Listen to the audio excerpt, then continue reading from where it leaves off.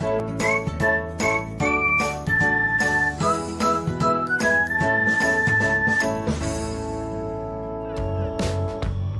everyone, welcome back to another episode of Technologyglance.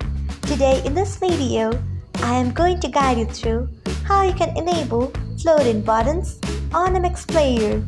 So let's get started. Firstly, open MX Player app in your device.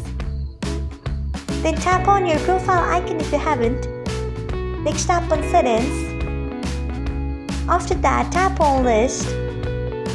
Next you can see the option of float-in button. Enable it by tapping on it. So this is how you can enable float-in button on MX Player. Thanks for watching. If you found this guide helpful, we would love it if you hit the thumbs up button below.